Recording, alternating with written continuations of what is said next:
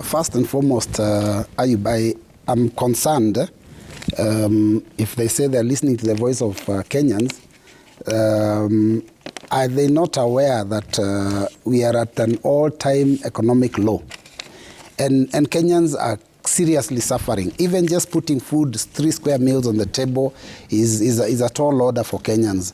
Affording the fees for their children, even buying them uniform and clothes is a big issue. So I would say that taxation is not necessarily a bad thing.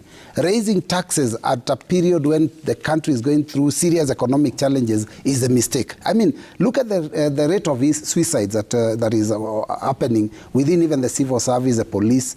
They recently saw that lady that killed she attempted to kill 2 children. One died, one survived. And when she was arrested, she said, look, the world has become unbearable, and I didn't want to, leave my children suffering. So this is what we are talking about. The cost of living in this country is too high. This is not the time to make it worse. The disposable income is too low. Do not reduce it any further.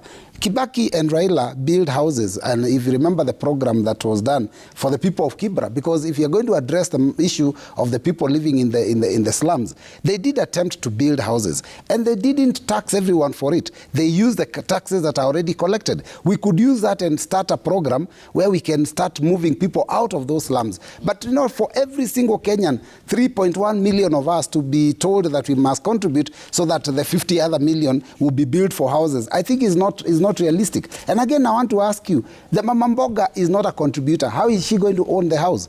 These houses are supposed to be for those that are contributing. Mama Mboga is not employed, is not salaried, so they are not contributors. So when you keep telling us we are going to support the hustlers, I mean, that's how they're using the hustler name. Because the Mama Mboga who's not contributing doesn't qualify for that affordable house. It is those people that are contributors that are supposed to qualify for the house.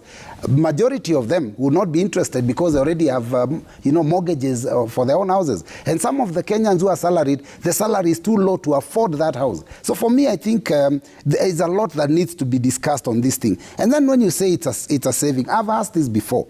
If you build the houses with the money, how will you be able to return the money to us?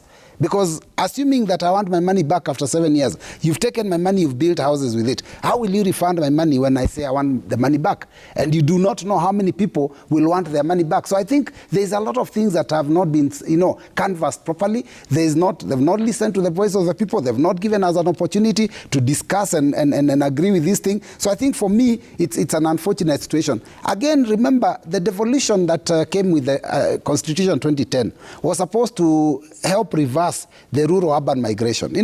People were always coming to the cities to look for work. They're coming to the city, and then, of course, they require proper dwellings. Let us strengthen devolution. Give the counties money so that they can develop their counties and people can go back to their counties. Then they don't have to live in slums in Nairobi. That's what I would encourage them to do. Just follow the Constitution of Kenya 2010, and you'll be able to solve some of these problems. In fact, one of the issues in the Constitution 2010, the fourth schedule, talks about housing as one of those, functions that is actually for the county governments. Let Sakaja deal with our housing in Nairobi. Let the governors deal with the housing issue in their counties, so that you don't come to centralize and take our money. And we are also concerned. There are no clear regulations on how this money will be managed. And we are also scared that when they come to put our bodies, these bodies will probably be made up of people from 1 or 2 tribes, and the rest of us will be kept out. And yet our money is being taken to be used for this program. So I think we are a bit uncomfortable. And finally, let me say that the government doesn't have to build houses for its people. Let the government deal with the infrastructure. Let the government deal with health. Let the government deal with education, because all those areas are failing. Before you get to our personal space of dealing with our housing, let's deal with those things that are purely public and provide a conducive environment so that we can get foreign direct investment.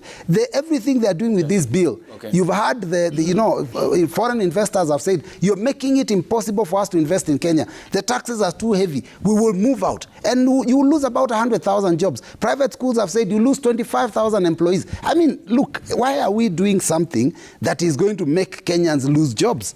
Let us provide the infrastructure and let us provide the, a conducive environment for people to do business so that we can grow the economy. Okay. Not to tax us. You can't tax me to riches. Okay. Are you then, I mean, when you say you can't, of course, Kenyans are taxed and excessive taxes. And any government of the day must fund its budget, including the Kenya Kwanza administration's first budget, which is forthcoming for the year 23/24.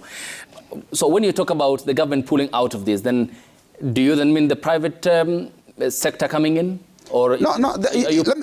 I'm saying what will be your proposal? My proposal is that on this particular matter of housing, at the current situation, because of the current economic situation we are in, I would ask that they put it aside first. Let us deal with those things that are really an issue also, but they're public related. For example, education. You know that we have junior secondary schools. They don't have enough classes. We have junior secondary schools. They do not have labs. Let us concentrate our energies on putting those things first. But when you tell me that you haven't, my children will go to a school without a classroom, without a lab, and you're telling me you want to build for me a house, I think that's a bit personal. Deal with those issues that are public. You can finally deal with the issues that are private when you've sorted out the public issues. That's what I'm saying. Okay.